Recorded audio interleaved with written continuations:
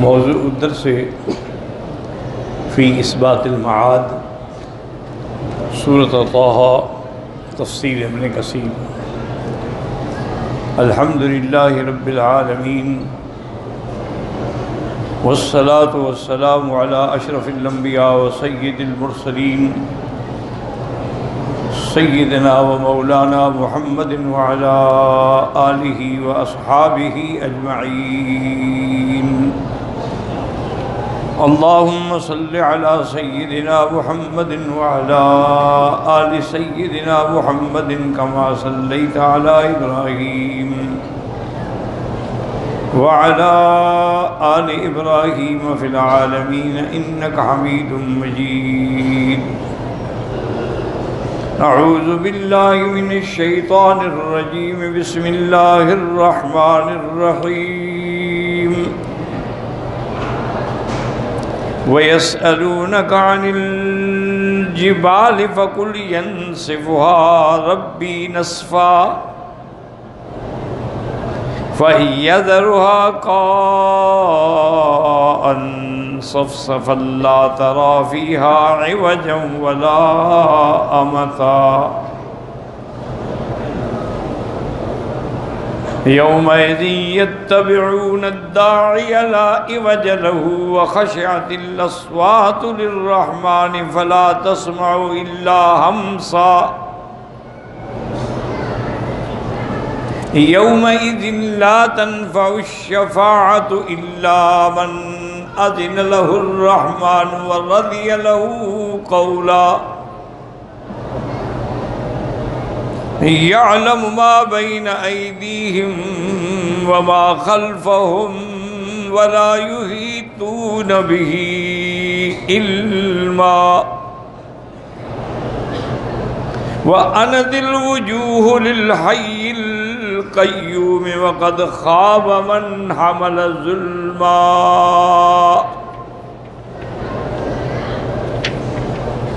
ومن يعمل من الصالحات وهو مؤمن فلا يخاف ظلما ولا هضما۔ ان آیات مبارکہ میں اللہ تبارک و تعالی نے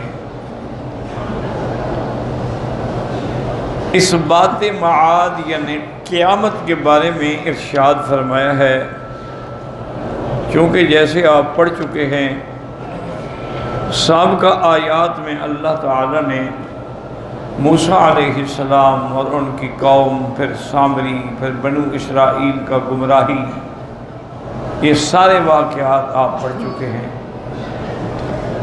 اس کے آخر میں اللہ نے ارشاد فرمایا تھا کہ نحن اعلم، ہم سب جانتے ہیں، یہ جو کچھ کہہ رہے ہیں سب جانتے ہیں۔ اور ان کا جو سب سے زیادہ سمجھدار ہے وہ یہ کہتا ہے کہ ہم نے تو دنیا میں ایک دن گزارا اور یا آدھا دن گزارا۔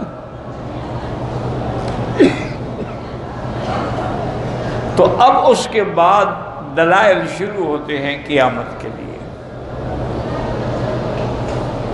ایک اصولی بات یاد رکھیں کہ کچھ مسائل اصولی ہوتے ہیں، کچھ فروعی ہوتے ہیں۔ اصول دین جو ہیں وہ تین ہیں، اس کو علماء الاصول الثلاثہ بھی کہتے ہیں، الایمان بالثلاثیات بھی کہتے ہیں۔ اور یہ تین ایسے اصول ہیں کہ حضرت نوح سے لے کر میرے آقا حضرت محمد مصطفیٰ علیہم الصلوات والتسلیم سب کے نزدیک ایک ہیں، ان میں کوئی رد و بدل نہیں، کوئی فرق نہیں کسی کا، چونکہ دین ایک ہے، بنیاد ایک ہے۔ تو وہ تین اصول جو ہیں یاد رکھیں کہ اگر ان میں کسی ایک پر بھی آدمی کا ایمان نہ ہو تو پھر آدمی کافر بھی ہوتا ہے اور ملت اسلام سے خارج ہو جاتا ہے۔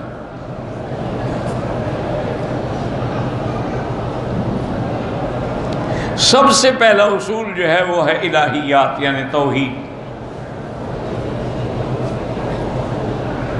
جب توحید کا ذکر آئے گا تو توحید کی ساری قسم کا ذکر آ جائے گا، توحید الوہیت بھی، ربوبیت بھی، توحید فی الاسماء والصفات بھی، توحید فی الافعال، ساری توحید کی قسمیں آ جائیں گی۔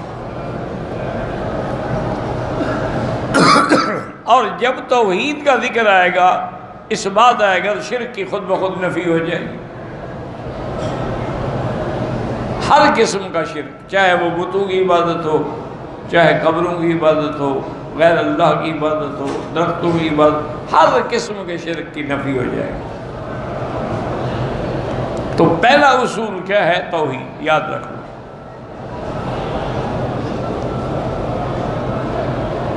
اور اس میں اہم کیا ہے؟ توحید الوہیت، کہ کوئی معبود برحق نہیں مگر اللہ۔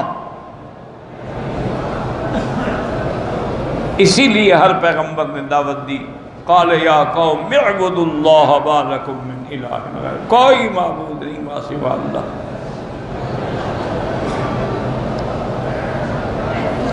تو جب معبود برحق اللہ ہے تو ہر قسم کی عبادت بھی صرف اسی کے لیے ہے۔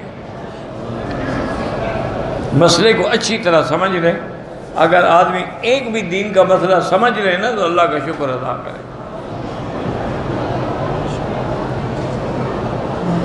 سارا قرآن پڑھتا رہے اور سمجھ کچھ نہ آئے تو کیا فائدہ ہوا؟ ساری تقریریں سنتا رہے اور پتہ کوئی نہ لگے جی کیا کہا، اور بس تقریر بڑی اچھی تھی۔ تو بنیاد سمجھو کہ جب معبود برحق، اسی لیے ہمارے کلمہ کیا ہے کہ لا الہ الا اللہ، کوئی معبود برحق نہیں مگر اللہ۔ تو جب معبود حقیقی اللہ ہے تو اس کے سوا عبادت بھی کسی کی نہیں۔ نماز ہو، روزہ ہو، حج ہو، زکوٰۃ ہو، عمرہ ہو، خیرات ہو، صدقہ ہو، نذر ہو، نیاز ہو، منت ہو، وہ سب اللہ کے لیے۔ اللہ کے سوا اگر کسی غیر کا دخل آئے گا تو وہ شرک ہو جائے گا۔ یہ جیسے ہمارے لوگ منتیں مان لیتے ہیں نا، جی میں نے منت مانی ہے پیر صاحب کی مزار پہ جا کے چادر چڑھاؤں گی، میں وہاں جا کے اٹا گھٹا ذبح کروں گی، میں وہاں دیگیں پکاؤں گی، یہ شرک ہو جاتا ہے، معمولی گناہ نہیں ہے۔ یہ معمولی گناہ نہیں ہے کہ چلو جی جو جیسے انسان سے گناہ ہو جاتے ہیں، نہیں، یہ تو شرک ہے۔ کیونکہ منت تو اللہ کی ہوتی ہے، غیر کی منت کا کیا معنی؟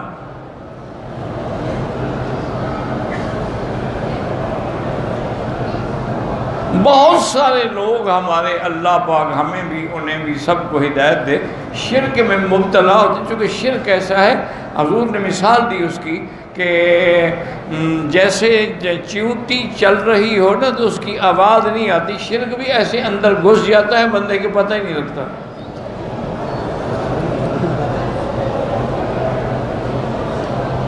اب دیکھیں نا، سارا سال آدمی کچھ نہ کرے اور 9 محرم کو جا کے جناب دیگیں چڑھائے اور سبینے لگائے اور چنے تقسیم کرے اور چھولے بنائے اور 22 رجب کو کونڈے پکائے، یہ کس کی منت ہے؟ کس کے نام پر ہے؟ حسین کے نام پر ہے۔ اور اگر ان کے عقیدے کے مطابق جو کونڈے جو ہیں جعفر صادق کے نام پر ہیں تو غیر اللہ کے نام پہ ہو گئے نا۔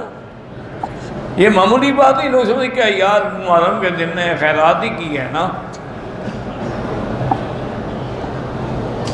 آگے پیچھے بھی تمہیں خیرات بھول جاتی ہے سارا سال۔ حضرت حسین کے ساتھ صرف تمہیں محرم میں محبت بڑھتی ہے۔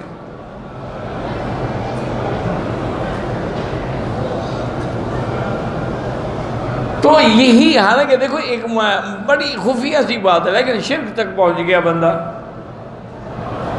اور یار ہم سجدہ تھوڑا کرتے ہیں، سجدہ تو اللہ کے لیے ہوتا ہے، یہ جو ہم مزاروں پہ جھکتے ہیں یا وہاں ماتھا ٹیکی کرتے ہیں ان کی تعظیم ہے،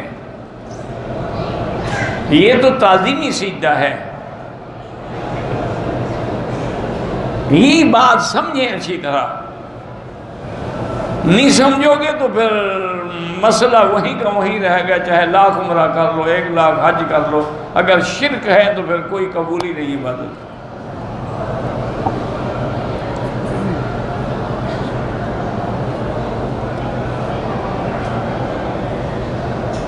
یہ تمام چیزیں جو ہیں، صرف آپ دیکھیں نا جی کہ حضرت حسین سے سارا سال تمہیں محبت آخر کیوں نہیں آتی؟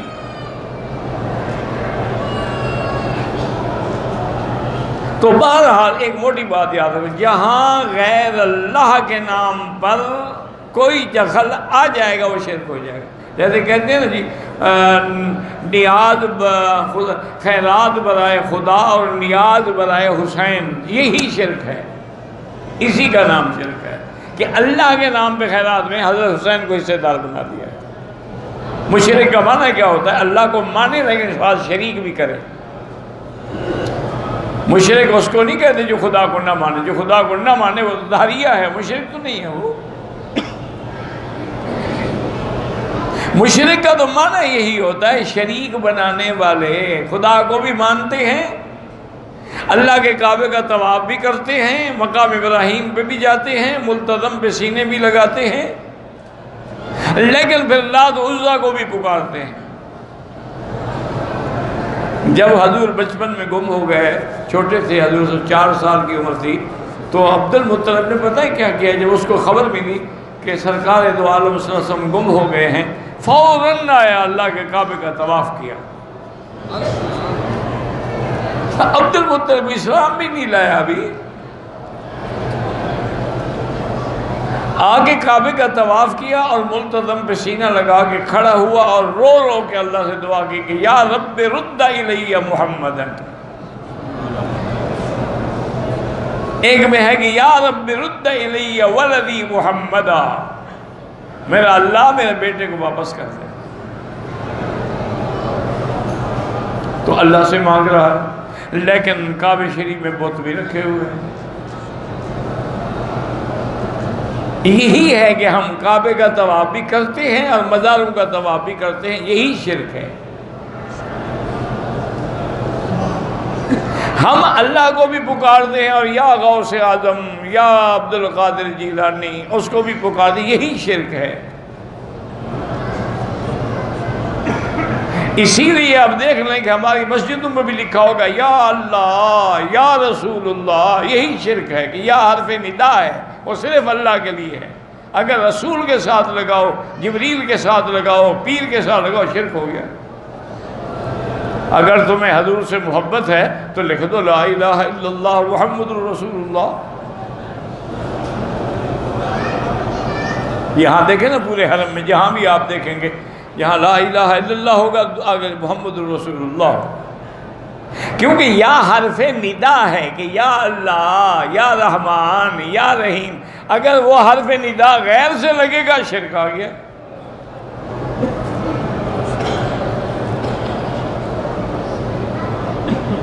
اور پھر لوگوں کو گمراہ کرنے کے لیے اللہ ہمیں بھی انہیں بھی ہدایت دے، جو زندہ ہیں، جو مر گئے وہ تو اپنے اللہ کو حساب دے رہے ہوں گے،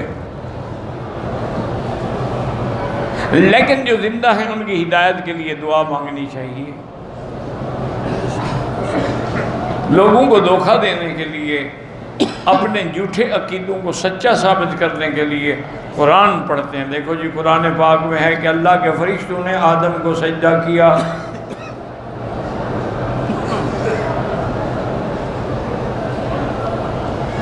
اور جس نے سجدہ نہیں کیا وہ ابلیس بن گیا۔ تو اگر ہم پیر سائیں کو سجدہ کرتے ہیں، وہ بھی تو آدم کی اولاد ہے نا۔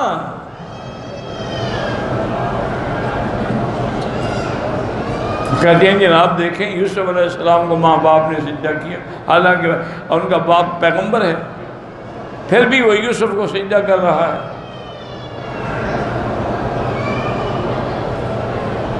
فخروا له سجدا۔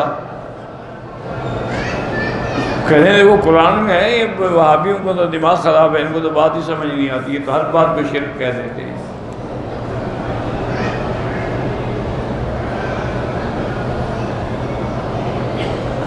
اب خدا کے لیے ٹھنڈے دل سے سوچیں کہ آدم کو جب فرشتوں نے سجدہ کیا وہ زمین پہ کیا تھا یا آسمانوں میں؟ آپ بتا دیں نا، کعبے میں بیٹھے ہیں، ہاں جی، تو جب تم آسمان پہ جاؤ سجدہ کر دینا۔ آسمان کے مسائل الگ ہیں، زمین کے الگ ہیں۔ پھر جب آدم کو سجدہ کیا فرشتوں نے، اپنے منشے سے عظمت کو دیکھ کے جھک پڑے یا اللہ نے حکم دیا؟ ہاں جی، وَإِذْ قُلْنَا لِلْمَلَائِكَةِ اسْجُدُوا لِآدَمَ، ہم نے حکم دیا ملائکہ کو کہ سجدہ کرو۔ تو اگر اللہ نے حکم دیا ہے، تمہیں اللہ نے حکم دیا ہے کہ پیر کی مزار پہ سجدہ کرو، تو وہ آیت پڑھو۔ تمہیں تو تمہاری شریعت میں اللہ نے یہ حکم دیا ہے کہ لا تسجدوا للشمس ولا للقمر واسجدوا للہ الذی خلقہن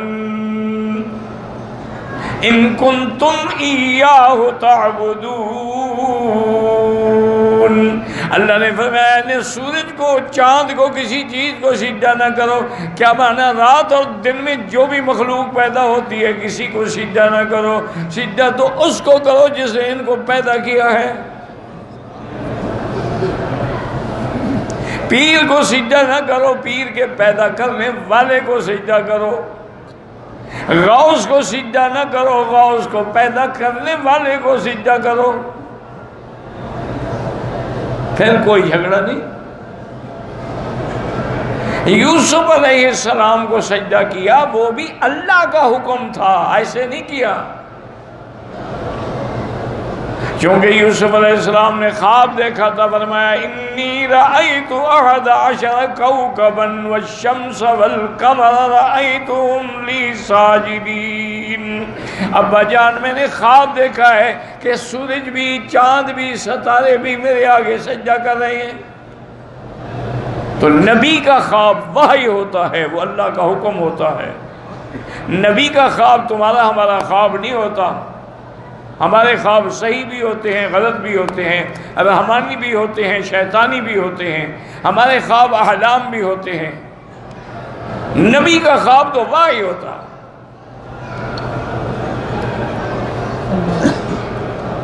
تو حضرت یعقوب تو سمجھ گئے کہ اس خواب کا کیا مطلب ہے۔ فرمایا بیٹا لا تقصص رؤیاک علی اخوتک، اپنے بھائیوں کو نہ بتانا خواب، کہیں وہ تمہارے ساتھ حسد میں آ کر کوئی مکر کر کے تمہیں نقصان نہ پہنچائیں۔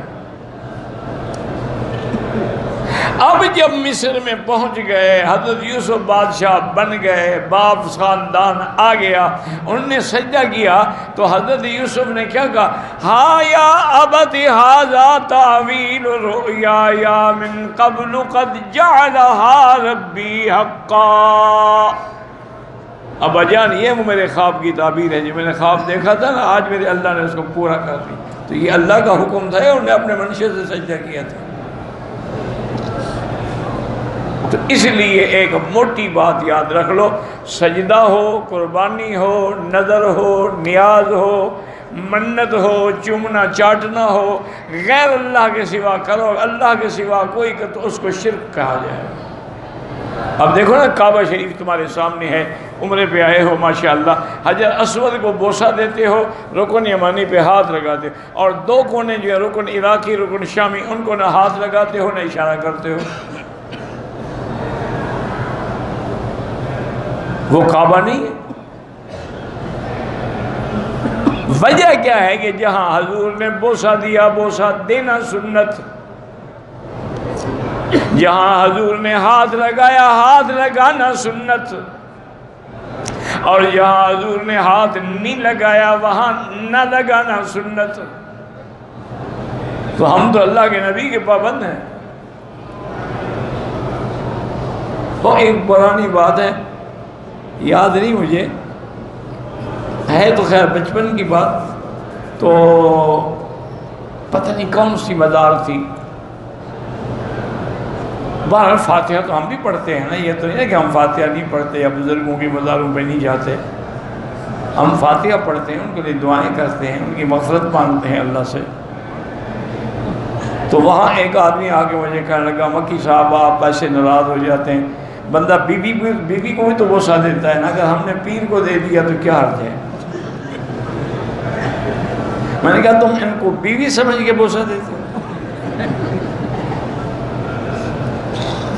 کہتے کیا ہوتا ہے؟ میں نے کہا بیوی کے ساتھ اور بھی بہت کچھ ہوتا ہے، تو وہ بھی تم بیوی کے ساتھ کرتے ہو؟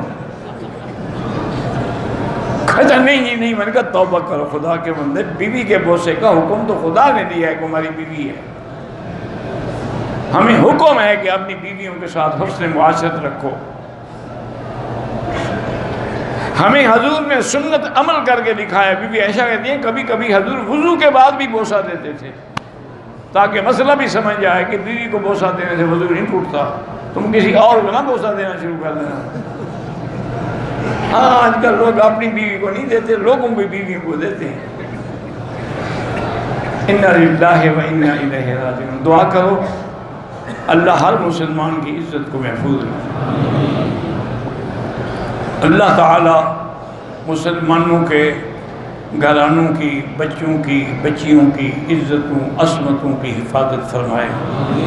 یہی ہماری سرمایہ ہوتا ہے، یہی ہماری عزت ہوتی ہے۔ اگر عزت محفوظ ہو تو وہ بہت بڑی بات ہے، اور خدا نہ خواستہ ایک دفعہ عورت گناہ کر لینا پھر وہ بند نہیں ہوتا، پھر وہ اوپن ایئر تھیٹر بن جاتی ہے۔ تو اب دو باتیں یاد رکھنا میری، کہ ہر چیز، اب میں نہیں کہتا، قرآن کہتا ان صلاتی و نسکی و محیای و مماتی للہ رب العالمین لا شریک لہ وبذالک امرت۔ اللہ نے فرمایا میرا مدنی آپ کھل کے اعلان کر کے امت کو سمجھا دیں کہ میری نمازیں، میری قربانی، میری زندگی، میری موت سب اللہ کے لیے ہے۔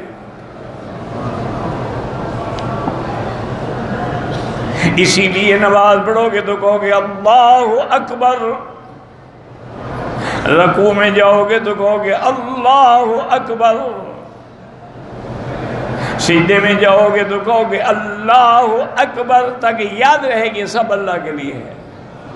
ورنہ تو ایک ہی دفعہ اللہ اکبر کافی تھا بس۔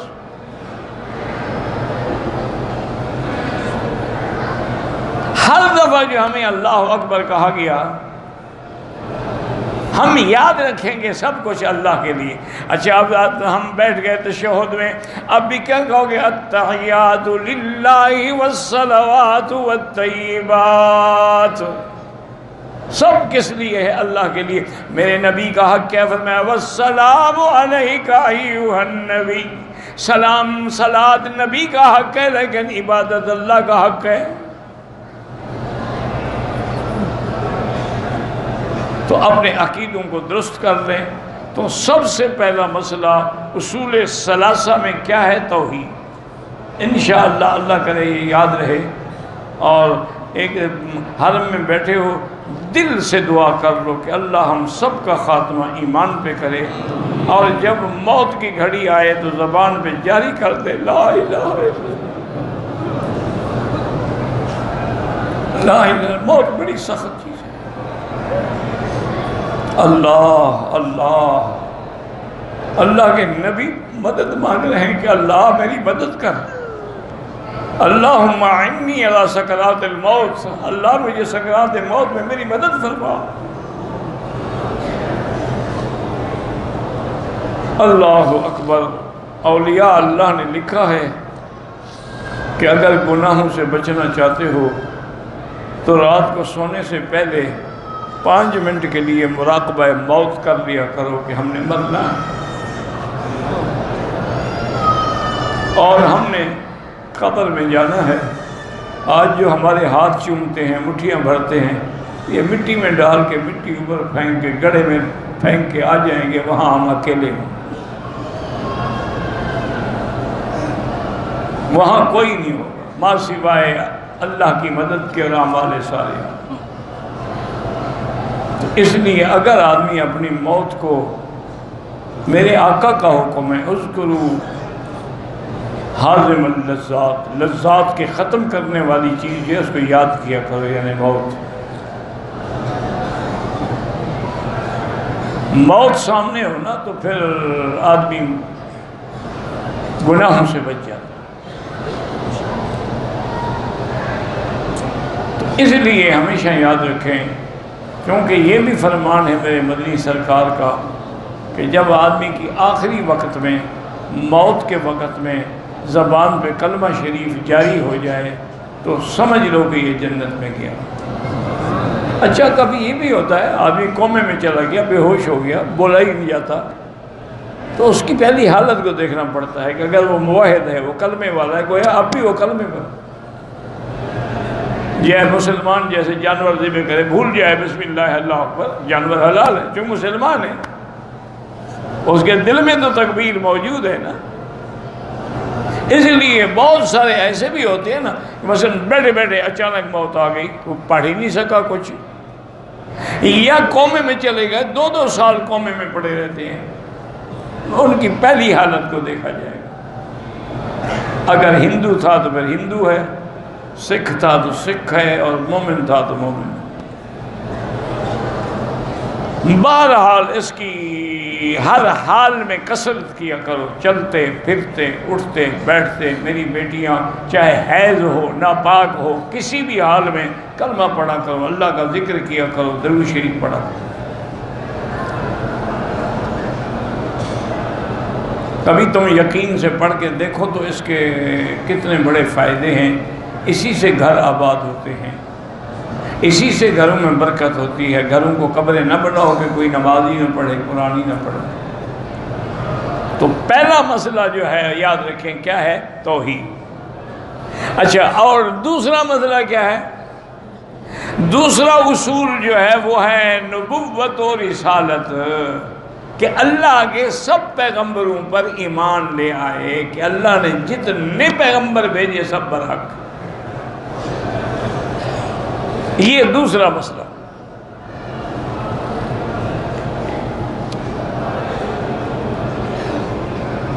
جیسے اللہ نے یہ بھی ہمیں قرآن میں بتلا دی، آمن الرسول بما انزل الیہ من ربہ والمؤمنون کل آمن باللہ وملائکتہ وکتبہ ورسلہ لا نفرق بین احد من رسلہ۔ ہمارا سب رسولوں پر ایمان، ہم یہ فرق نہیں کرتے یہودیوں کی طرح کہ موسیٰ علیہ السلام پہ ایمان ہے لیکن عیسیٰ کے دشمن، نصرانی عیسیٰ پر ایمان ہے لیکن موسیٰ کے دشمن، مشرکین اور سب مل کے میرے مدنی کے دشمن۔ ہمارا سب پہ ایمان ہے کہ حضرت آدم سے لے کر میرے مدنی تک تمام انبیاء اور رسول برحق ہیں۔ اور یاد رکھیں کہ جہاں میرے مدنی کی نبوت کا ذکر آئے وہاں ختم نبوت پر بھی ایمان ضروری۔ اگر ختم نبوت کا منکر ہے تو مرتد ہے اور کافر ہے، کیونکہ اللہ کے نبی نے حضور کو خاتم النبیین کی صفت سے نوازا ہے کہ آپ رحمت للعالمین بھی ہیں، خاتم النبیین بھی ہیں۔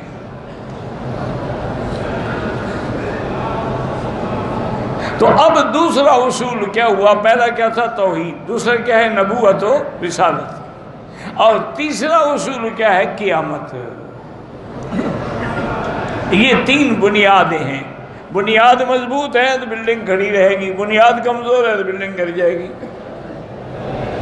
اچھا، بنیاد اگر کمزور ہے، ایک طرف سے کمزور ہے، لیکن ایک طرف سے کمزور ہے وہی سب کو گرا دے گی۔ یعنی قیامت پر ایمان نہ ہو، کہ میں اللہ کو مانتا ہوں، حضور کو مانتا ہوں، قیامت نہیں مانتا، مانا نہ اللہ کو مانتا ہے نہ حضور کو مانتا ہے۔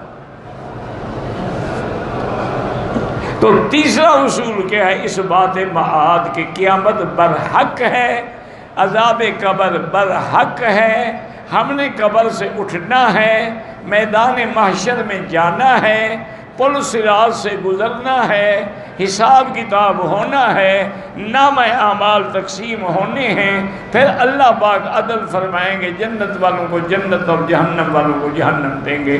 تو یہ ہے قیامت، جس کو آج کے سبق میں ہم نے پڑھا ہے۔ زندگی باقی تو بات باقی، واللہ اعلم۔